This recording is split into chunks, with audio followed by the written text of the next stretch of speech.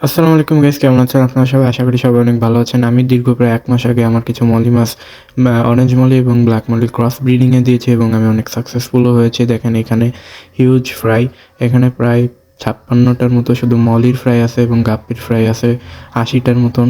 So আজকের ভিডিওতে আমি দেখাবো কিভাবে আপনারা দ্রুত আপনাদের মলি মাছকে বড় করতে পারবেন এবং কি কি খাবার দিতে হয়, দিনে কয়বার দিতে হয় এবং কোন খাবারটা দিলে তাদের এক্সট্রা গ্রোথ আসে। এই হচ্ছে ওদের ব্রিডার গাপ্পি, যেটা হচ্ছে ওদের বাবা-মা। এখানে দেখতে পাচ্ছেন কমলা কালারের গাপ্পিটা। এটা হচ্ছে এই যে এটা হচ্ছে বাচ্চা দিয়েছে আর গত ৭ দিন আগে। সো এই বাচ্চাদের বয়স হচ্ছে ৭ দিন।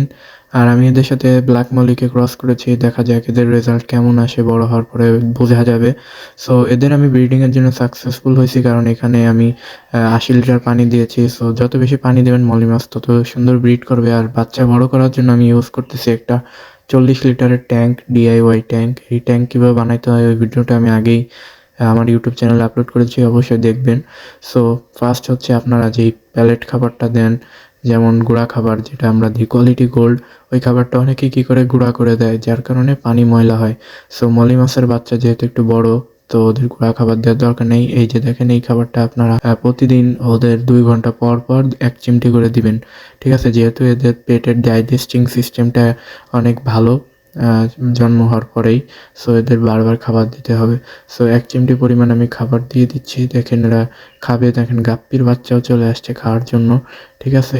সো আজকের ভিডিওটা শুধু মলির বাচ্চার জন্যই, কিভাবে মলির বাচ্চা গ্রোথ করবেন, বড় করবেন।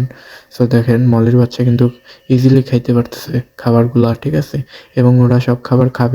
এবং সেকেন্ড হচ্ছে ডিমের কুসুম। ডিমের কুসুমটা আপনারা পানির ভিতরে গুলে তারপরে ওদের ড্রপ ইউজ করে ওদের প্রত্যেকদিন ২ থেকে ৩ ফোঁটা করে দিবেন।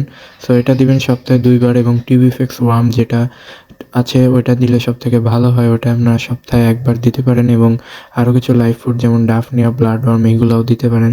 আপনারা যেকোনো লাইভ ফুডই দেন না কেন অন্তত ১ মাস বয়স পর্যন্ত দিবেন, তারপরে আর দিবেন না। আশা করি আপনারা বুঝতে পেরেছেন কিভাবে মলি মাছ দ্রুত বড় করা যায় এবং কিভাবে এদের কেয়ার করা যায়। সো আরও কিছু জানতে হলে আমাকে কমেন্টে বলতে পারেন।